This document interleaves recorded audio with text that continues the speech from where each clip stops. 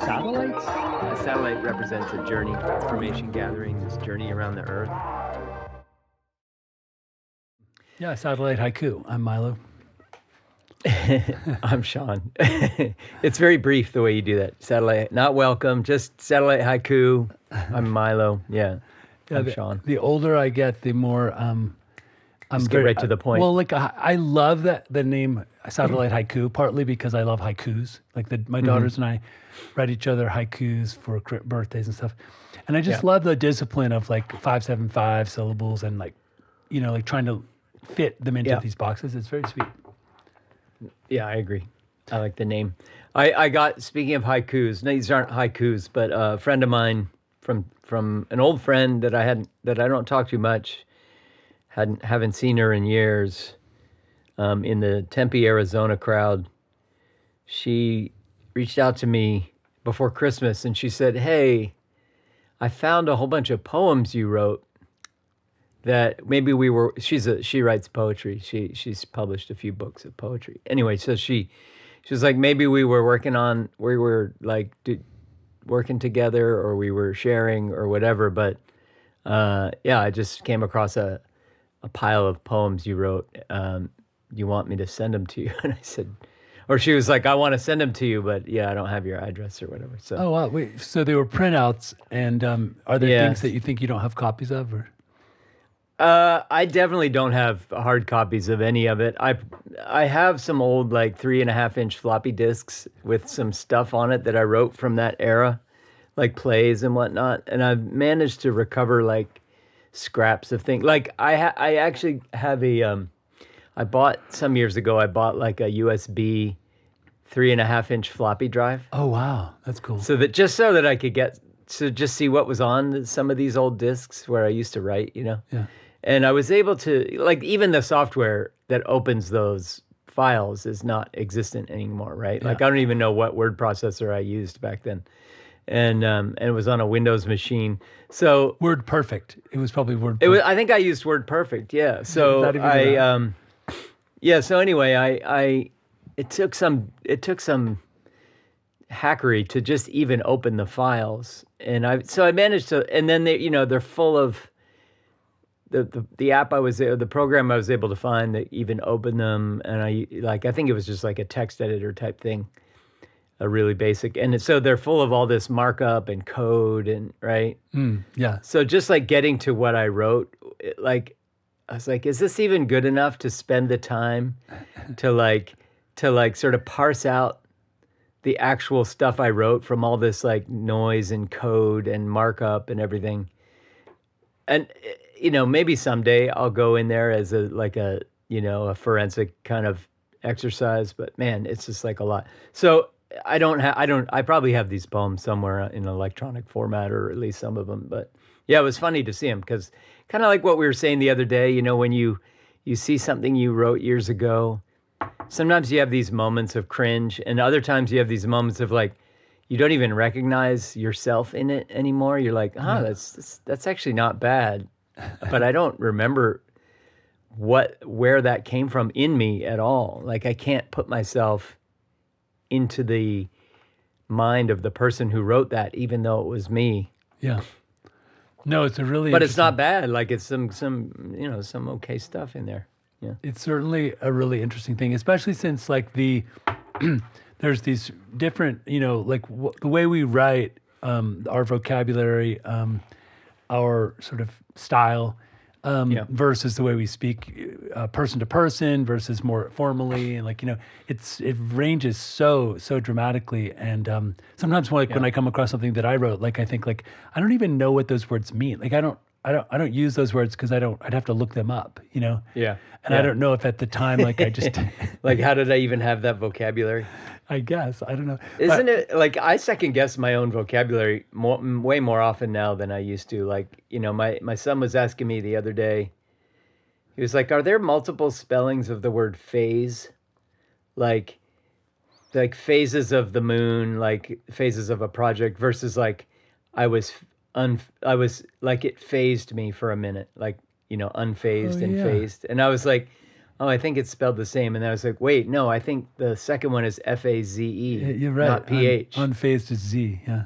Yeah. And then I was like, but, like years ago, I would have just known that. And I don't know where that knowledge, dissipated somehow over the years. I don't know. I wanted to go back to the thing right before we started. We were talking about you making a second trip to the school because your daughter dropped her. So the thing that I wanted to talk about was checklists. Oh yeah. So my wife listens to the show. Hey baby, love you. No. Like she will so oftentimes go to the lab. Like I'll drive her to the lab, or she'll take the train, and then she'll forget like a crucial thing, like a thumb drive or an SSD or a set of notebooks. Yeah. And then she'll say, please, can you bring them by on your way somewhere? And I will say, I am exactly the same way, but in New York, I was trained through operant conditioning, because if I walked down the elevator 10 blocks to Canal Street, and had to go back, I was like, screw that, man. I am not doing right. So I'd go and I'd stand in the hallway. I just would stand in the hallway and I'd be like, oh, I forgot my gloves. And you do like an inventory, right? Yeah, I'd do an inventory. Sometimes I would just stand there and do wait. Do you have the triple tap? Do you do the triple tap? What's the triple tap? Phone, keys, wallet. Oh yeah, totally. When I'm leaving like a booth at a cafe or something. Yeah. For sure. But so like when you have a job and you have those other things you need to bring, it becomes like a quintuple tap or whatever, right? You're like, you know that every day I also need to bring, my laptop or whatever, right? Yeah. It's just fun for me because I said to she, it's been a persistent problem. We've been married for 10 years and we're together for 10 years. And I said, I'm the same way. It's not like I'm criticizing you, but the checklist really does work. Like a pilot, when a pilot takes off in a Cessna 140, they go through like 29 things and check the oil and check the pressure on, check the tires. And there's a reason. It's because they can't go back when they're in the air and fill the oil. So I was like, what if you just do the checklist and you make an actual checklist? Like, and I've gone through it with her. Like I say, do you have your swipe badge to get into the building? Do you have your phone? Do you have a charger for your phone? Do you have your computer? Do you have a charger for your computer? Do you have any other device that you might be needing for today? And it's so funny because she's really resistant to doing it unless I'm standing there. You know what I mean? Like she does yes. And I'll say, did you do the checklist? And she'll roll her eyes at me, Anyway, I'm curious about like the idea, because in some ways the question I'm raising is we have sort of out of the box default behavioral patterns or like personality traits. I'm ADHD. I'm kind of distracted. And then we have the ability to use techniques to overcome those things, to reduce stress in our lives. Right. And you learn more about what techniques work, and like there's subtleties to those techniques, right? Yeah. Like there's ways that. Anyway, go ahead. I have one that I was going to mention. The conclusion that I've come to is, and I've heard this before about like spiritual work or like therapy, is you can't do anyone's work for them. Like I had operant conditioning. Like I felt the sting and pain like 7 times on Canal Street, thinking like, damn it, I have to walk all the way back and I'm going to be like 45 minutes late. Well, plus what works for you isn't necessarily going to work for them, right? Like some people are verbal and like other people are visual. Some people like our brains are different, right? Yeah, so just like the way that you are able to think of a checklist, like the even just the conceptually a checklist might not be a thing that even is sticky in somebody else's mind as a construct, right? Like a checklist might just be a useless construct to somebody else, and they're doing it. Like Huli or your wife might be using you by as a proxy because her brain just doesn't do checklists. Like it's just not conceptually, it's not a useful or even feasible construct for her. So like if a checklist is going to be part of that routine, it has to be done by proxy through you.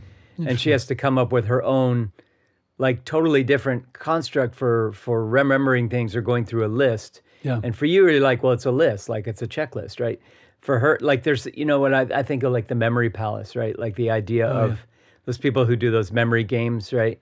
And they win those memory competitions. Have you heard of the memory palace, right? Yeah. Where they visualize walking through a space and like they have objects that they, right? So like somebody else's way of doing a checklist might be some visual thing that they've built for themselves that is totally unrecognizable to you as a checklist, right? Like just because their brain, that's what works for their brain, right? So so you can't do somebody else's work for them, partly because there's the triggers, there's sort of the pain triggers that motivate you to do the work in the first place, but there's also just the process and the techniques that you just talked about, like what works for that brain might be different than your brain, right? Yeah, what's interesting is that it's true. Like the pain, I keep using the term operant conditioning because I do remember standing on the street in the winter on Canal Street near the N and the R and just being so mad at myself. Like that sort of stingy feeling under your arms where you're just like, I can't believe I have to go all the way back, right? And then I remember walking back thinking like, I will never do this again. Yeah. And that is what drew me or helped me find the checklist. But that checklist really works for me. Like it calms me. I like to make lists. I make lists about everything. And I make boxes and I check them off. I just like it. It's so satisfying to check things off a list, for one thing. Yeah, like for there's sure. a little dopamine hit you get from. You get to that last thing, you're like, I even put on the list, take a nap and then I check it when I take. Nice. Yeah, I was talking to my daughter, the other day, just when, in technique, when we're talking about techniques, I was talking about, like, I'm forgetful. I forget things. I leave things. So I'm a creature of routine. Like I have my triple tap, but if there's a day, and I have my habits, right? So if there's a day where something is a little bit different, like let's say, I normally get up at 6:30 to get the kids ready for school and then I drive them to school, right? And I drop them off at 7:50, 7:55, right? All right. So let's say on just some random morning, I have an international call meeting, and I need to take the call at 5:30 a.m., right? Like that is not part of my routine. So that's exactly the kind of thing I'm going to forget. Like, oh shit, I forgot to wake up this morning at 5:30 to take that call, right? Yeah. So that's the kind of thing where I have to have a technique to disrupt my normal routine to basically say, it might just be an alarm, right, the night before. Or like the other day, I had a dentist appointment at 8 a.m, right after I dropped the kids off for school. But like my normal routine would be to drive home after dropping them off, right? Yep. But I need to not drive them home. I need to go to the dentist. So I know myself well enough to say, all right, the night before I'm going to put a Post-it in the car that says dentist, right? Yeah. And I know myself well enough to know that I can't put a reminder on my phone because I'll look at it the night before and then I'll dismiss it and then I won't remember the next morning. I won't remember the moment that I need to remember it is after I drop the kids off from school. Right. It doesn't matter if I know about that dentist appointment 2 hours earlier. By the time I drop them off at school, I'll just be in my autopilot habit. So I need to find a way to disrupt my routine at the precise moment where I need it disrupted, which is when I'm about to drive home. And I need to go, oh shit, there's that Post-it. I'm not driving home now, I'm driving to the dentist. Right. I've even put so like we were talking to I was talking to my daughter, I was like, so I'll put stuff in my way at the precise place in the house where I would trip over it at the moment that I need to remember that thing. Not like some other part of the day. I would not like the tying a string around your finger. Like I would look at it and go, oh yeah, I got to remember this. I got to remember. If that string's around my finger for 2 hours, then I'm going to just be like, okay, now I'm just going to stop thinking about it. Right. So totally. Yeah. Anyway, I've even put sticky notes on the glass of my speedometer that says get gas, because I have run out of gas because I was like, I don't, like I'm driving around town. I'm like, I don't really have time to stop. Yeah. How often do you look at your gas gauge? Right. Right. Yeah. Exactly. And if it beeps and says 60 miles left, and then you're like, oh, okay, well, I'll get gas at sometime in the near future. But that's so abstract. Like that quickly becomes right now. Pardon me. I will say that the iPhone, because I've been using it since the iPhone 1. Yeah. And as a sort of ADD forgetful person who needs a little nudge in the right direction, it has been a device that gave me that, like I found ways to use it to give me the little push from behind that I need. For instance, when you were describing leaving the school and needing to be reminded at that moment, I found that the to-do list, you can set it to alert you at a location, and then it says arriving or leaving. Yeah. So I've said it. Yeah, those kind of things are useful, but like if I'm in the car, I know that I'm not going to be looking at my phone. Right. It might do something. It might ping you or pop up on beside me, and I'm going to go like, I'll check that later. Yeah. I'm driving right now. Yeah, got it. Yeah. Like how urgent could it be? Yeah. Because there's nothing in my life that, anyway, so yeah, the phone works for certain things. I did have a problem not long ago where I signed up for a workshop, and then I was sitting around just doing nothing at home. And then I realized like an hour into the workshop time, I was like, oh shit, I was supposed to go to that workshop. Ooh, and I hate that. And I looked, just like, I know I set up a reminder on my phone, and then I looked at my notifications, and it was just this endless list of a million things. And I was like, oh, part of the problem is it's just way too noisy. There's too many fucking things. Yeah. And so it just became a huge amount of work then to go through all my notifications, all my apps, figure out like which things should persist on the screen, which things shouldn't notify me at all. You know what I mean? Yeah. Like that became like a 2-hour exercise, just trying to go through every app that's notifying me and going like, all right, I don't need notifications from that one. Okay, I do want notifications from this, but they don't need to persist on the screen. And it's like, okay, my calendar, those should persist. Anyway, so it just became one of those first world problems where I was like, yeah, the phone is useful for that, but you have to do all this work in the settings and the nuances of every app to make it actually useful. It's true.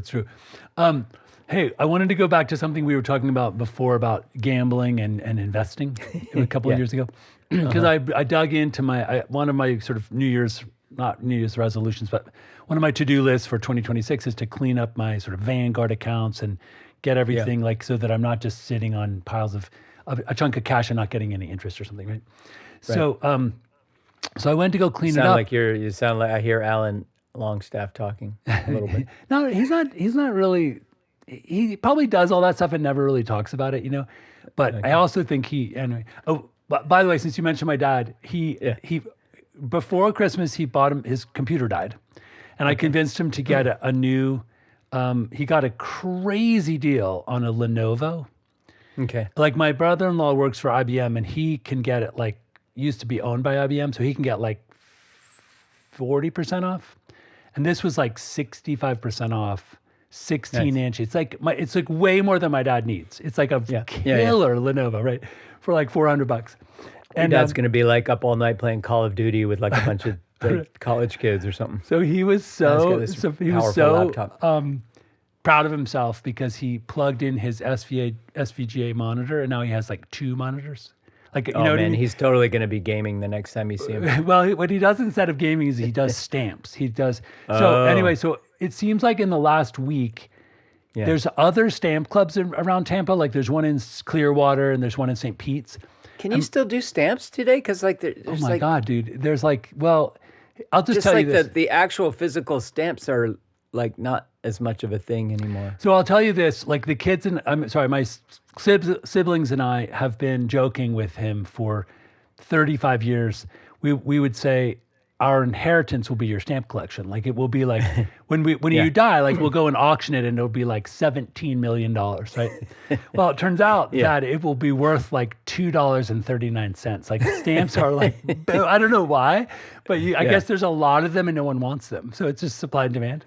It's interesting. But stamps kind of went away just from our daily practice. And speaking about how like I should have bought Apple stock years ago. Mm-hmm. My dad, this is where we could have been millionaires, honestly. My dad I hate these. Is super OCD about baseball. Like he has kept like spreadsheets with like each bat and manually updated them, and he can literally, you can say 1957, third game of the World Series, who was pitching, what was the final score, and he knows. Wow. It's like one of those brains that, anyway, so he had from like 1952 to 1960, he had every fucking baseball card that there was. And at one point in the 80s, my step-grandmother said to him, hey, there's this big, huge box of baseball cards. What can I do with it? And he was like, I don't know, just take it to the Goodwill or something. Oh, God. Yeah. It's like, dude, these are like, Yeah. this like he had like every World Series team, like every card, and they were like impeccably kept with not a single like, dog-eared corner. And so when we were talking about the stamps, he was like, yeah, I guess I had all the baseball cards from 1950. And I was like, Dad, Dad, don't even tell me what that. Did you do with them? Like what? And he was like, yeah. I guess she in 1986, she was like, hey, what do you want? I'm moving and I need to do something with this box. And he was like, just throw it away. So there you go. Like in another parallel life. Okay. So back to my point about the Vanguard. Yeah. So I remember how I said we were talking about how you had recommended buying things that you use every day. Like, or that's somebody in your life that's loyal to in some way. Yeah. Like Warren Buffett bought Heinz ketchup. And he was like, we have noticed that over 75 years, like no other ketchup brand has beat them. Everyone just thinks of Heinz as like ketchup, And like you see it in every cafe around the world, right? So he just bought it. And so I'm looking at I thought I would put, 70% of my personal cash into like the S&P 500 and some mutual funds. And then I was like, let me just see if my inclinations and instincts are at all useful.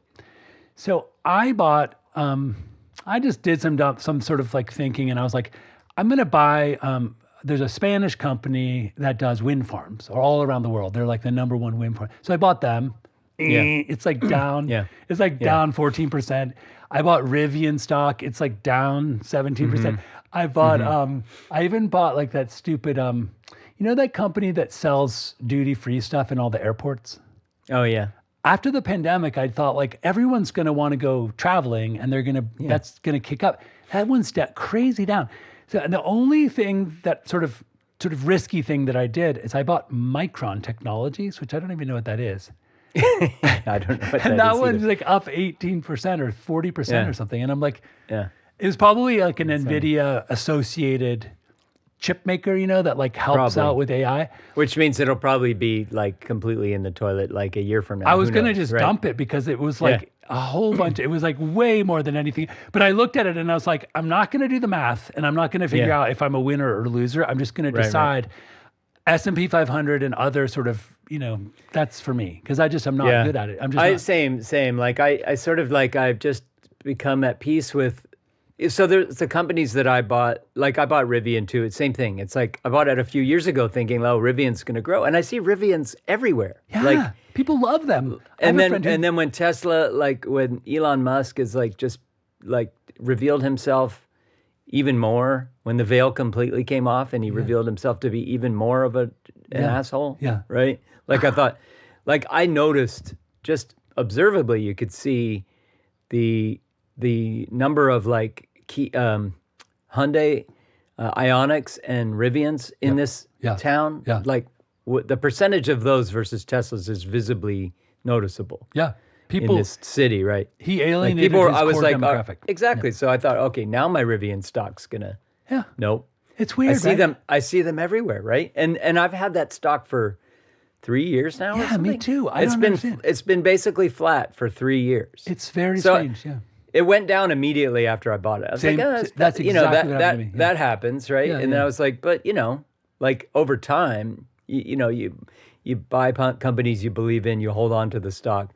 Over time, it's the weirdest thing. Yeah. But the ones that the stocks that I bought that I am fair, that was like for the same motivation, sort of. Like if I had a Rivian, it would be the same motivation. But like Costco is a company I'm so loyal to. Like we shop at Costco. So it's like, I'll buy Costco. I should have bought Costco 10 years ago. But anyway, I bought it a few years ago. And that's one of the ones that has really, really done well. And then Reddit. Oh, wow. I bought Reddit. I was like, but then I look at my son too. Like the things that I wish that I had bought because of what he's devoted to, like Roblox. Oh, I don't really If I had bought Roblox stock 5 years ago, that would have been a crazy one. Like I should have done that. Roblox? It's just like it's a video game kind of platform, I guess. So Kind of like Steam, or Steam is like a Discord. platform that runs a lot of video games. It's a little different. It's like a platform for creating and sharing video games. So all the games are basically built in Roblox. So picture Minecraft. So Minecraft came first. Okay. And everything's sort of blocky. Yep. Right? You can build stuff, you can mine for different materials, you can build things. Everything looks pixely and blocky. Okay. Roblox is kind of like that. And it's sort of like you could imagine it being like inspired by Minecraft. And so like but what it was like a toolkit for people to build games using a Minecraft like set of Lego blocks. And so people made games and on the Roblox sort of ecosystem. I see. And then kids would play the games that other people made, and then the popular games would rise to the top. And so now there's millions of games, or thousands of games on Roblox, and there's Is there any? there's at least hundreds of really decently good games. Are there any does it teach a child or a young person how to code or anything like Yeah, that? like if they want to build games, they could learn the Roblox like platform. But most kids just go on there, play games, chat with each other, like kind of just like any other gaming platform, but more skewed toward younger demographic than adults, right? And it's got decent like child like whatever you call parental controls and stuff like that. But anyway, so that he's been, like his whole generation is really into Roblox, and I wish I had just sort of like, it's so easy to see these things in retrospect. Yeah, and then no, it's brutal. I'm just not the kind of person that goes, oh, everybody's playing Roblox. I should buy stock in that. Yeah, it's true. I'm more the kind of person that goes, oh, my son's addicted to Roblox. I need to kick him off the computer and make him read more. Yeah, right. Right? The truth is, That's when the thought that occurs to me. I might have said this before, but the truth is when I look, for me, I just was, this idea of being curious. Like I was just curious when I left my corporate job. I was like, I wonder if I'm kind of a big person. I see the big picture. I don't like details that much. I was like, I wonder if I just have the, like the personality mechanics in the brain to be a good investor. And the answer is no. I don't. Yeah. It's not that I because it's not about the big picture. It's about the freaking details. Right. Like the people who are really good at it are the ones who go into the, like down way into the fucking weeds, and they're like, hey, did you see that Microsoft laid off this team? Yeah, I see. But the problem is it really is it's that gambling kind of because shit. You And just then- can't so- tell what's going to happen when you don't have, you know what I mean? I just feel No, like but that's what I mean. They're way in the weeds, and they're Yeah. like, hey, they laid off this team. That means they might be dropping this product. Oh, but they're hiring in this team, right? And they're just like, how would you even know that? Right. And then that inspires them to look at 5 other companies, or what do other companies do with the team that's focused on that? Like, oh, everybody's laying off those guys, right? Do you and remember? so like, I mean, just as a weird hypothetical example, but that's what I mean. And then so that's why those people are 2 weeks ahead of you and me, because then something surfaces big picture wise that you notice. Yeah. But those guys have already like gone way in the weeds and found some like nugget of information. Yeah. Because that's what that's what they do all day. They spend their whole day on Bloomberg and they see some article about Microsoft and then they go, oh shit, like let me look into that. And then they go, like they're spending 10 hours of doing sleuthing, now with the help of AIs. So that's one side of it. And then the other side is obviously all the automatic bots doing trading and stuff for day traders. And they're paying attention to signals that you and I aren't paying attention to, but like a million times quicker than we even could, right? Right. At some point, it just feels like, I don't know. That's a really interesting. But basically, my big takeaway is, it's not that I'm not necessarily couldn't get good at it if it's possible. I just don't like gambling, and I don't like, as you say, like thinking every time I see something like, ooh, I wonder if that Roblox, I should invest in Roblox. Like, yeah, it's just not my natural way of. It's not my natural way of thinking. It's about kind the of like world. those people that that are good at scams. That like just like there's certain kind of mindset that seems to be good at identifying a weird loophole that you can, a weird loophole you can exploit in the world, like a weird con hack. people, con men, con people. Yeah, like one of my favorite ones is the the travel points one where the U.S. Mint was trying to get people to use dollar coins, right? You remember that one, right? I don't remember it. No. Yeah, yeah. I mean, so this is a really simple one, but that's just what I'm saying. Like, it's so simple. Like, anyone could think of it, but I'm just like, there's certain people that just like think of that shit. And what it was, so the U.S. Mint was trying to put dollar coins into circulation to get them out there in the world to get people to really use them, right? Yeah. So they had a promotion, basically, where they basically were like, hey, we'll ship dollar coins to you.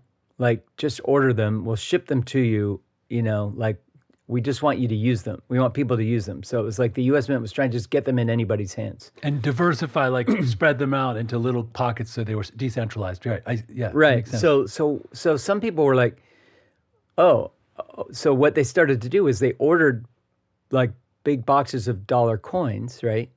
Like, so if you sent the U.S. Mint if you ordered with your credit card $1,000 of dollar coins, the Mint would send you $1,000 of dollar coins, right? So what these people there was a small group of people. What they did was they would order $1,000 of dollar coins on their Visa, right?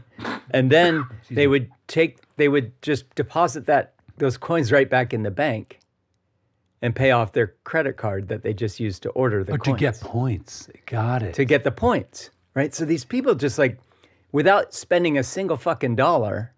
Yeah. They would just order dollars and then use those same dollars to pay the credit card bill that they had just spent. And was it free shipping? It was free shipping? I think it was free shipping, right? And so like the U.S. Mint didn't get what they wanted at all because those dollars were just going right back to the bank into the deposit, right? Right? They weren't getting spent at all.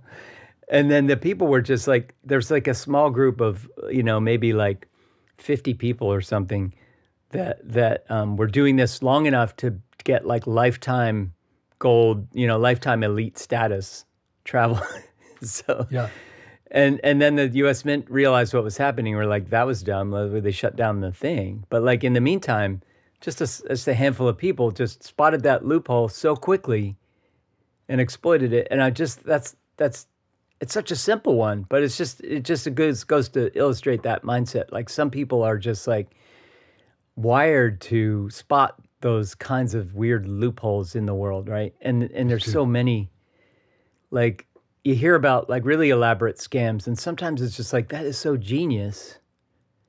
People get caught sometimes, and you're like, because they got a little too greedy. But like if they didn't go that extra mile, like sometimes it's so genius. You're like, how does anybody even think of that? But it's just a certain mindset to just think of the scam. It does feel like with the people that can write computer viruses and hackers and this kind of con men thing, it seems like the planet is a giant petri dish to see sort of just randomly what people will come up with, because it does seem like the Maslow's hierarchy of needs doesn't really have like a section that says like how to rip people off, No. You know what I mean? But it's like in there somewhere, like it's some part of our human impulse motivation structure, But not everybody. It's just like some people have it like a superpower almost.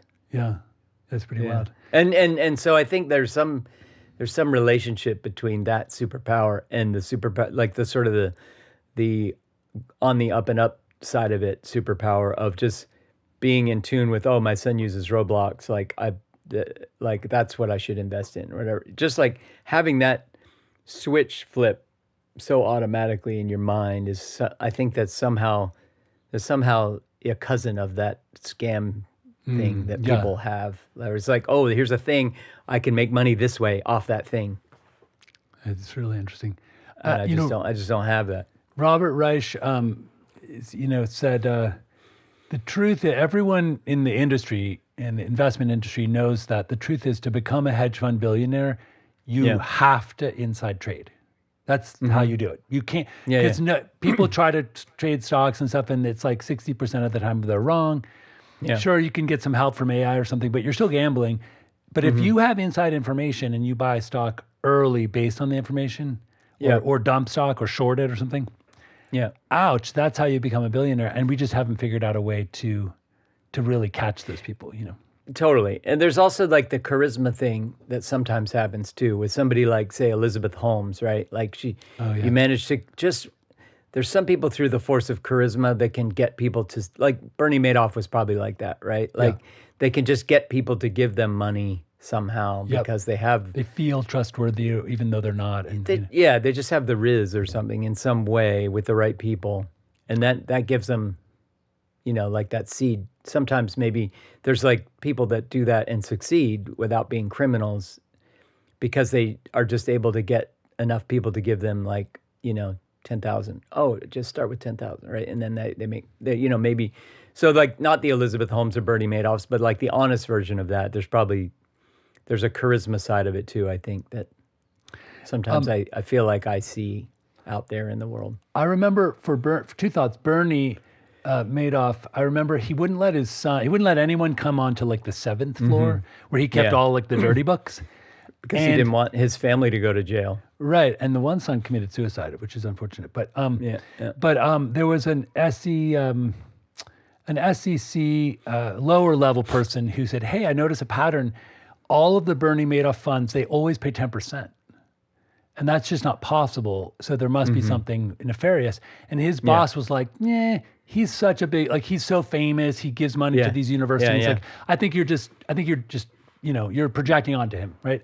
And the guy's like, no, even if he tried to give them 10%, he couldn't. Like it's just, I know it's weird that the SEC raised the red flag so many times before anybody was interested in following up. And I read that part of that was when you're part of the group and you're getting the 10% and it's too good to be true, you just don't want to hear it. Like you're just sort of like, like when I own Bitcoin and it's like, I know it's a Ponzi scheme, but since mine's worth more than it was when I paid for it, I'm going to keep it. You know what I mean? Like it's just one of those, part of those things. Like, you're part of the Ponzi scheme, but you're earlier than someone else. So interesting. But what was I going to say? Oh yeah. So we were talking about investing and then, so basically the takeaway is to just dump it in the S&P 500. Yeah. I think that is the takeaway for people like you and me.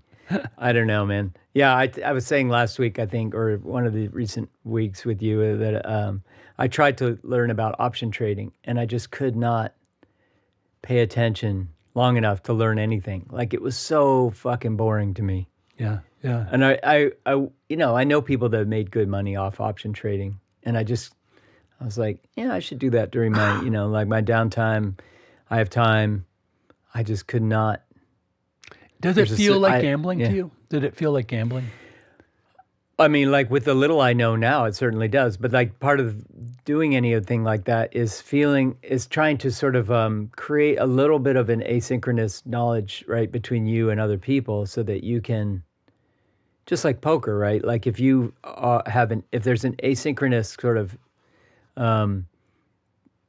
relationship between what you know and what other people know about like what they're holding in their hand or what they're probably holding, right? Like that's how you win in poker or anything. And so it's the same with the stock market. If you have more information than other people, that's what inside trading is, right? Like that's how you win. And, inside trading is at a far end of the spectrum, but just being super deeply informed is somewhere short of that without being an insider versus somebody who's, getting lagging late information, right? So it's just that asynchronous position of knowledge. Anyway, so like I just thought, well, if I learn more about option trading, I'll be better at it. I'll be, good enough at it where it doesn't feel as much like gambling. Right. And I just could not make myself learn about it. It was so boring. I had one idea that I sat there watching videos, and then I would, like 3 minutes into a video, I'd be looking at other videos on my phone that are more fun. Or whatever. I was had an idea that I thought would be like this, like sort of secret weapon, right, for crypto coin back in kind of like that mid zone, but not when it was super early on, but I don't know, it's 7 years ago or something. And I thought about it was before China banned it, banned the trading of crypto coins. I didn't even know it was banned in China. Yeah, when they banned it, it was a big deal because there were so many people trading that like sometimes. So anyway, I had this thought that like, imagine as the sun is moving, we're spinning, and imagine that everyone in Japan and Beijing and Seoul wake up between 6 a.m. and 8 a.m. and they pick up their phone and they check their crypto coin and they decide to they buy or they sell, right? And I thought, what if I just rode the bumps that came, because you got the whole Pacific, and nothing's really happening, and then everyone wakes up and then they might start trading, right? So I thought, what if I could find a pattern that was, like that the price went up as the morning wore on, and then it started to level off, and then it dropped, right? I thought, like, what if I could short the coins while it was over the Pacific, and then when they wake up, I will start selling them. I could not find a pattern. I looked and looked. But you know that, like, how were you looking? I was just looking at timestamps, and I would track the price to see if I could find. But a pattern. with your eyeballs and your brain, right? Oh yeah, this was before AI or anything. Yeah. Yeah. But what you're competing against is like server farms that are doing that exact thing. Looking for a pattern. That people have written software to do what you were trying to do manually. Yeah. Right. And so even in that exercise that you thought was probably pretty smart, and it might have been, like, you're competing with like a rack of servers with running software that are doing that like 10 trillion times faster than you could possibly do it. Totally. I have a funny story. I had this coworker. He was Filipino, and he's a really smart coder and animator, good artist, and he was obsessed with sneakers. Like, his wife said, I don't want you to buy any more sneakers. He had like 500 pairs or something. And we teased him. We were like, it's like Imelda Marcos, but you're, she had like sneakerhead, 1,800. Yeah. So he would buy them, put them in the trunk of the car, and change into them to go to work, and then he'd come back out and change back to go home, just because he didn't want to hear like. Yeah, you don't want to get any. Oh, he was hiding them. He's hiding them from his wife because he just loved buying That's the awesome. Yeah, they were his guilty pleasure, his vice. So I don't know if you remember these stupid Yeezy shoes. That was Conway. What's his name? Kanye. I think I always want to say Conway Twitter, but it's Kanye. Remember your friend Conway? Yes, I do. I sometimes wonder about him. I wonder too. He was a funny dude. He was an interesting dude. Yeah, he went to down in. I met him a few times. St. I thought Mark's, he was hilarious and smart, and he was a writer, and his parents were both like, they couldn't speak English, and they lived in Chinatown in Queens. Yeah. Anyway, sorry. Anyway, so my friend he goes, they would release Yeezys at 12 midnight, LA time or something. And so he wanted to be the first person to buy the Yeezys. Like, he really did, right? So he sat there for weeks crafting a bot that would buy the Yeezys, like for him, like when the clock struck. Yeah. And he'd come in and we'd be like, how'd it go? And he'd be like, I was 8th. He was so bummed, and I was like, dude. He's like, these are microseconds. Like, I don't know what to do. He's like, I have this server. I have the fastest server. I have my code is like super lean. Exactly. And I was like, dude, I don't know. Maybe it's random. Like, maybe I don't know that you can be first. Like, and he's like, I can be first. I can be first. So he would try to be first to buy but his bot would be like, but what's the difference? Are they numbered? Are the actual shoes numbered? Like, that's a good question. I don't really know anything about them. I wonder what is. I think people would. Or is it just the game? Is it just about the game? He would immediately turn around and sell them. Okay. They were like $1,500 shoes, and he could sell them for $6,000 or something on eBay. Maybe it was that they were the first. Like, maybe they were numbered. That would make sense. Yeah, maybe. Yeah. Because it was super depressing to him when he didn't get the first, but so it made me think of when you said all the server farms. And that's exactly, yeah. So like, you're anytime you think of like, so like if you have an idea for buying equities or Bitcoin or whatever, if your idea involves some sort of like numerical based analysis and prediction, based on some sort of number output from something, like, here's people are buying, here's the volume in this place or whatever. Like, anything that's based on those kinds of signals is going to be already being done by software, like way better than you can do it. Like what we can do as humans better than the software maybe is like listen to qualitative signals. Like, hey, people are praising this thing, People are saying good things about XYZ, or like there's some chatter about blah, blah, blah. And if that chatter is, you know, subtle enough, or, I mean, obviously AI is getting even better at that, like, but AI is still not great at like irony and sarcasm and things like that, and detecting whether people are sincere about this or that kind of thing. Anyway, so those are the kinds of things maybe we can do and take advantage of. But yeah, anything you think of that is like, oh, I'm going to see how many people are buying at this hour, and you know what the volume is, and are they buying, selling? Like all of that's done by software. Like, Yeah. if it even occurs to you that would be a good way to analyze things, then it's occurred to somebody else who wrote a software program to do it. Right. So like it's just that's a hopeless pursuit. One thing I was trying to avoid spending the entire pod talking about is the Minneapolis situation. Oh shit, yeah. But I did want to bring up this sort of, because in general we've sometimes talked about like, well, one thing that came up for me was like, you know how I've said my dad always says to look historically at things and just kind of give yourself perspective, right? Yeah. And I remember thinking like, can you imagine middle of the Vietnam War, we weren't born yet, but Kent State. A bunch of 20-year-old National Guards people go to this Ohio campus and people are shouting, you know, go home, pigs, or whatever. And they shot like 15 people, like killed them for like, you know, no one else had a gun. So the sort of the deep tragedy and like the national kind of shock and horror of that kind of mindless, sort of senseless, shockingly violent thing that didn't need to happen at all to protesters.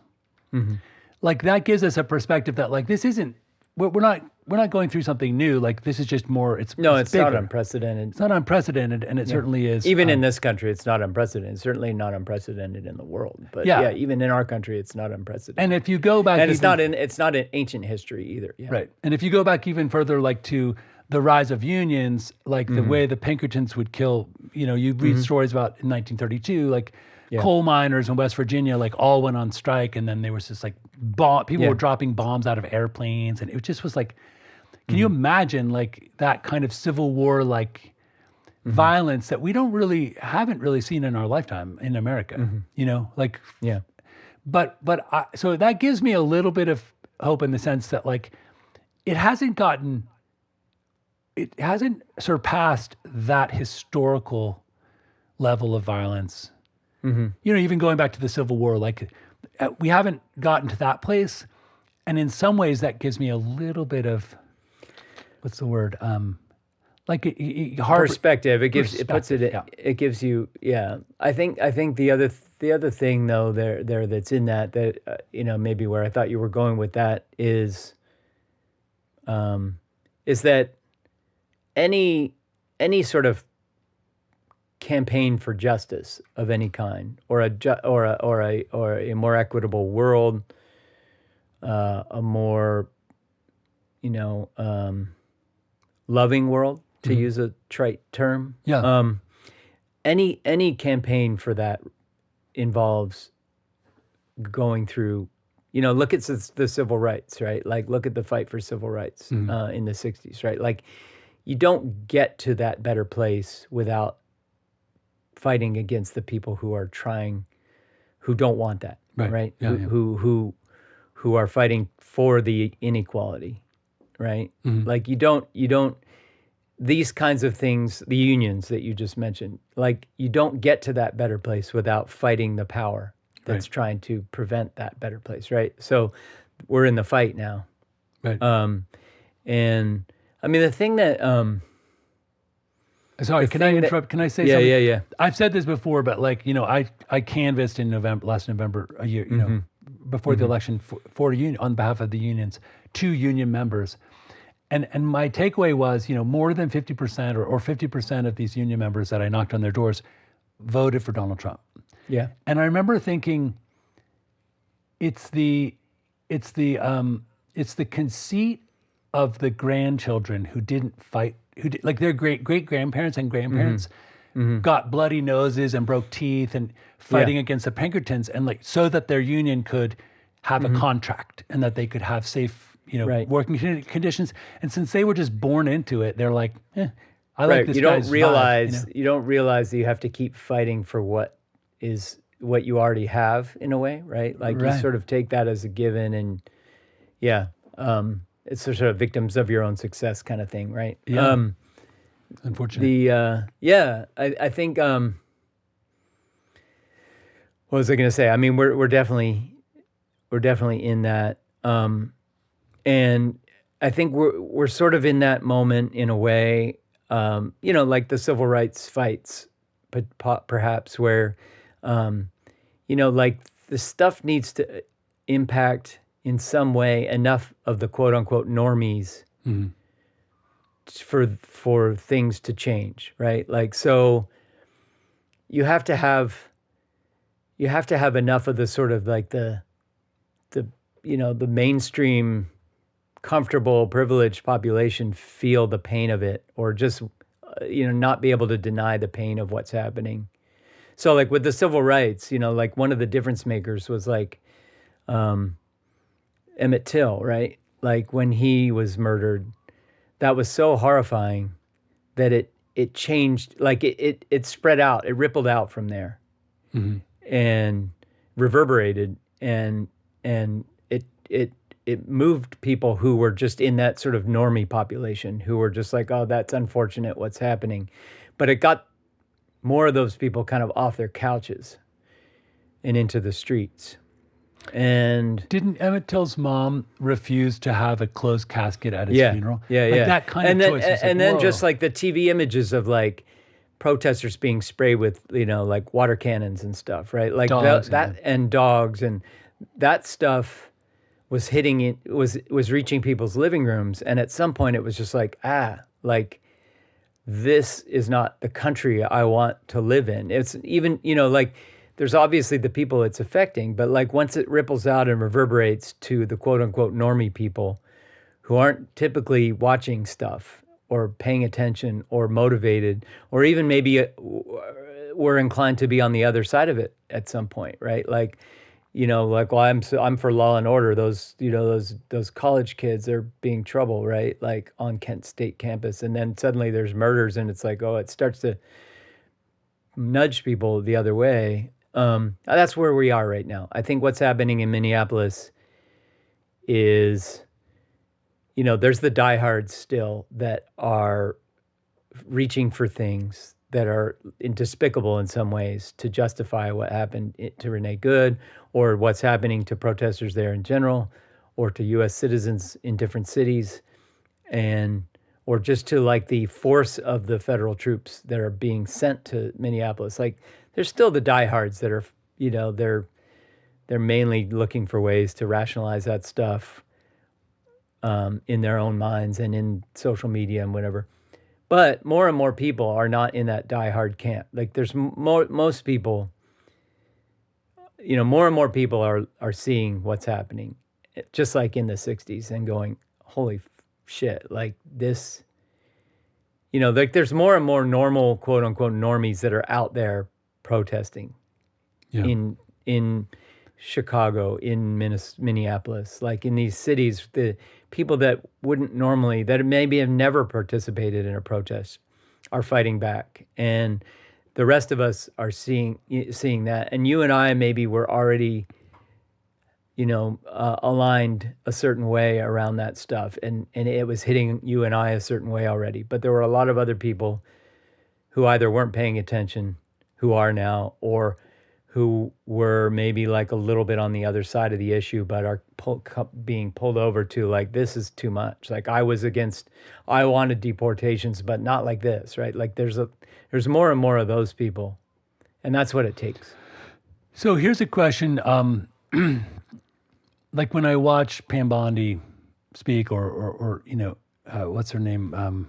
Mar-a-Lago Barbie, with the one that wears Kristi Noem. Yeah, Kristi Noem, yeah. Or even JD Vance, yeah. And so when like they're just up there lying out their fucking Well, and also faces. just 4 levels deep, breaking kind of norms and rules of the Justice Department. Yeah. Like a lot of times you'd say, hey, what do you think about this case? And the Justice Department used to say, we don't comment on ongoing investigations. Period. Yeah. They would never say, plus they would never say like they would never judge the person from a microphone. You know what I mean? That's like, there's a whole, like your whole thing about due process, like there's so many levels that they broke like 5 or 6 norms to come to the mic and say that. What I always wondered is, I mean, I know that there's different ways to get from, you know, Kamala Harris's, the election, the campaign against her, to full on whatever this dude wants, right? Kingship. But I always thought, wouldn't you just move more toward the middle? Like, wouldn't it be easier to say, wow, that's really unfortunate. I hope, we don't want any ICE people to get injured. Let's investigate why and not then just sort of stomp on it. Why double down on like That she's a defending domestic that one terrorist. Yeah. or just defending that one agent? Like, Yeah. you'd think it would be easier to just be like, yeah, that guy did something bad. We're going to hold him accountable. Like, but the rest of he's a bad apple. Right. Or even like with this sort of Like, why not throw that guy under the bus and just be like, he's a bad apple. And that way you can just, like, you would think you could, from their perspective, just move on. Right. You could. It seems like you could have less, more coverage, and more sort of people not freaking out and starting to protest, unless that's what he wants. Like, unless he just wants to create the insurrection. I think that is what he wants. What's weird is it seems to be what they all want. Like, I think what Trump likes, one thing he sort of feeds off of, is just the awareness of other people's humiliation. Like with Greenland, for example, like we have basically carte blanche already in Greenland in terms of the troops and the bases and like minerals. Like we can do whatever we want. If Trump went to, if the president of the United States, Trump or anybody else, went to the EU, went to Denmark and was like, hey, we want more resources out of Greenland, and they just did that kind of quietly, I'm sure that NATO and Denmark would be like, yeah, I mean, what are we going to do? Sure, yeah, you can have what you want, right? Like we have all the leverage we could possibly want over Greenland. That's just historically true, but that's not. Trump wants the public humiliation is part of what Trump enjoys. Right, it's true. Yeah. Like the reason it happens in public, and the reason that whole conversation happens in public is because he just gets off on the performance of public dominance and humiliation. Like Zelensky in the Oval Office, and they didn't wear a suit. There was that guy from South Africa, the president from South Africa, and he was like, they're murdering white people. And the guy's like, and they showed the video, and he's like, that's not South Africa. And he's like, yes, it is. And you're just like, he just wants to be a dick. Totally. And so, but what's weird is that they're all like that, how many of them seem to be infected with that same thing. Right. And that what they want is not some actual goal that makes any rational sense. What they want is the spectacle of them dominating and other people being humiliated and dominated by them. Maybe his hiring metric was, their loyalty test was, are they into humiliating people like I am? Because I look at like Pam Bondi and I look at Chrissy Noem, and I'm like, they obviously enjoy their job. Even J.D. Vance, which Vance. I would have been like, I'm not surprised by Pam Bondi. Like, she's a dumb hack. Like, who cares, right? Yeah, right. And even Christy Noem, I'm not surprised by, because of just historically. J.D. Vance is the one that surprises me a little bit. Like the degree to which he's kind of like embraced this like psychopathic, sociopathic lying. Like, it's weird the degree to which he's embraced that based on what he seemed to be in his past, but I don't know. But that's a really interesting question because, like we've heard this whole famous thing, like, oh, Donald Trump is an American Hitler, that he, and now he works for the guy and he's acting like he wants to be the American Hitler. Yeah. You wonder if he maybe just is an absolute dyed-in-the-wool, pure 100% distilled narcissist, and all he cares about is becoming president. I think there's that possibility. I mean, I also think it's possible he's just a converted true believer in this whole vision of like, like he's an acolyte of like Curtis Yarvin, right? That whole thing, Curtis Yarvin and Peter Thiel, right? Like Peter Thiel, that's Curtis Yarvin, right? Like the monarchist guy. But I do know that Peter Thiel knows about the Antichrist. Yeah, but like Curtis Yarvin is this guy that he's this sort of this writer thinker that a lot of them follow, and he's he's worth reading about. But like he has this vision for this sort of almost like techno-feudalism future. These I forget what his term for it, but he's kind of like it's almost like a new form of monarchy that he advocates. Right. And Peter Thiel's a big fan of Curtis Yarvin, and J.D. Vance is a huge fan of Curtis Yarvin, quotes him and references him. And so there is a part of me that thinks like, J.D. Vance has bought into this sort of vision of like the ideal society, the ideal sort of form of government and governance is just this kind of like autocratic, like fuck the rest of you, like low NPC type people. Like you, if you don't just let us do everything we want, then you're an obstacle. You're not part of the program, right? Like what they want is total technical and political dominion with no obstacles or resistance at all. So I think there's a part of me that's like, he is a deep narcissist, no doubt. But there's also a part of me that I think he does sort of like, he is a true believer in this sort of like quest for total political and technical dominion. In Yarvin's writings, does his ultimate goal, like his land of milk and honey, when he gets there, does it literally look like a modern feudalistic state where like the rest of us are serfs and there's an elite group? Yeah, and there's a weird sort of like capitalist spin on it where it's like they're like he sort of speaks about it like they're markets. You could just choose what city you want to live in based on like how appealing it is to you. Like it's a market-based type thing. Which system do I want to be a citizen of, kind of. And yet, like his actual, like if you look at how, like the actual sort of hierarchical form that he imagines these taking, like normal people don't have any power or agency in any of them, right? Like, so it's a little bit self-contradictory in that sense.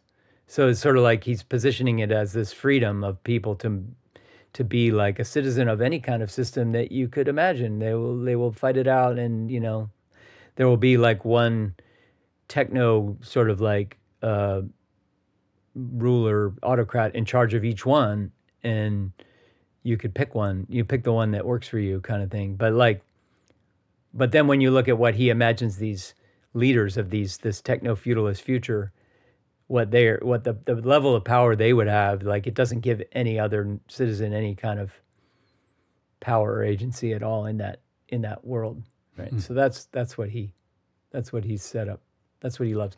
And there's a weird sort of main character syndrome in all these kinds of dreams where it's like people that buy into that stuff imagine themselves as the leaders, not the peasants, right? Yeah. It's like, oh, I love that idea of that world, right? Like the only reason you would love it is you imagine yourself as one of the leaders.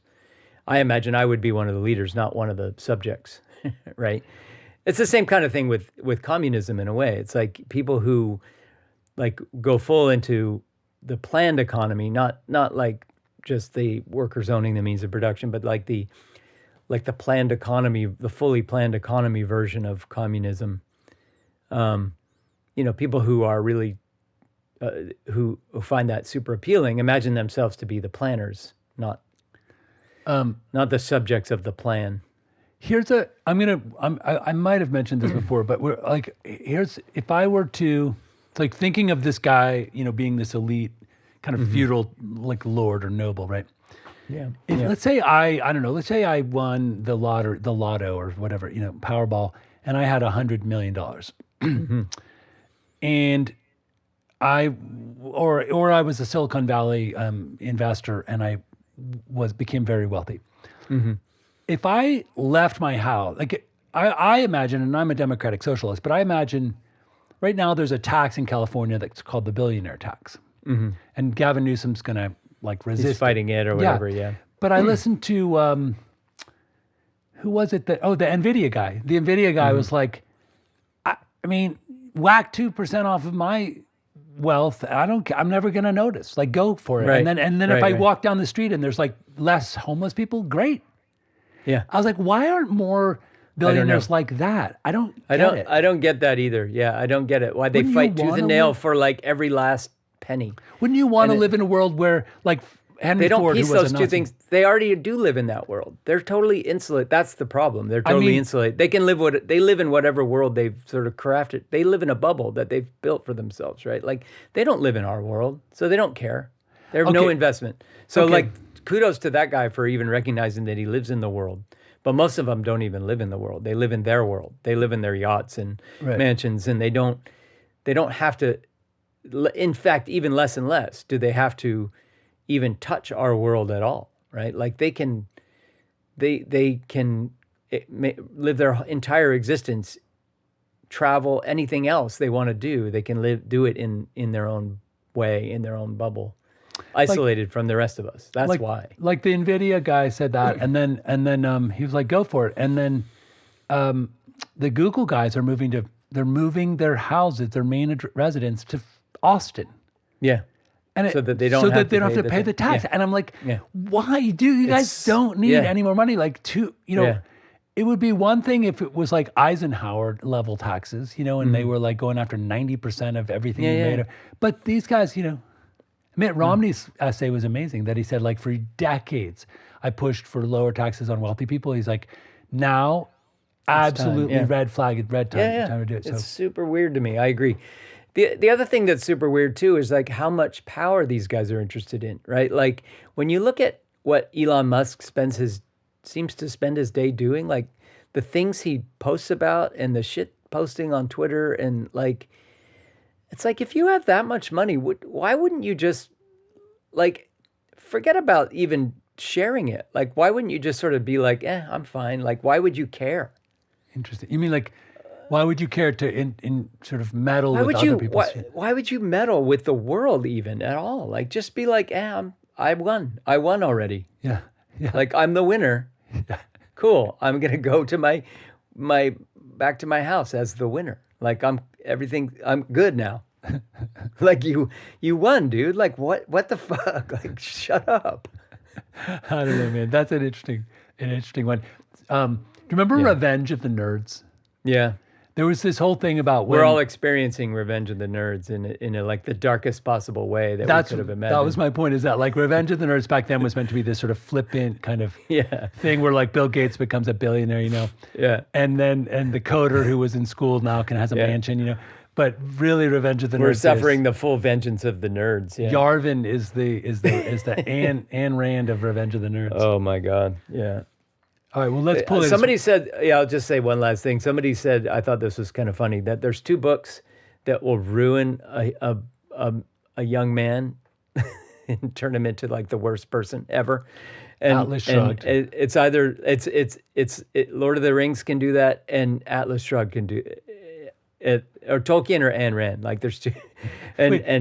So when you say ruin, you need to redefine ruin, because Ayn Rand I get. I don't really understand the Tolkien reference and why that would ruin a person, but I think it's just like the idea of like, this black and white thinking, good and evil, and like I'm on the right side. Maybe, I don't know. But what it made me laugh at is that Peter Thiel has he's obsessed with both.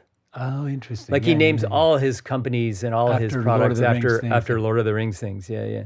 But also, isn't he referencing the Sauron, like the Palantir? Well, the Palantir is the glass ball, yeah. that controls all of the other wizards and It's kings the and stuff. it's the seeing stone, right? Like it's not just that one, but like the danger of the seeing stone is that it tends to corrupt the person who uses it. Right. And so Yeah. so Gandalf is like, don't touch that, right? Like Well, what's so weird is those can be really dangerous. to name your company after that. You're like hoping that's your aspiration is to become like something that poisons everyone. Absolutely. Anyway, but okay, we should be done. Satellite Haiku. Great to talk to you, and peace. Satellites? A satellite represents a journey for information gathering, this journey around the Earth.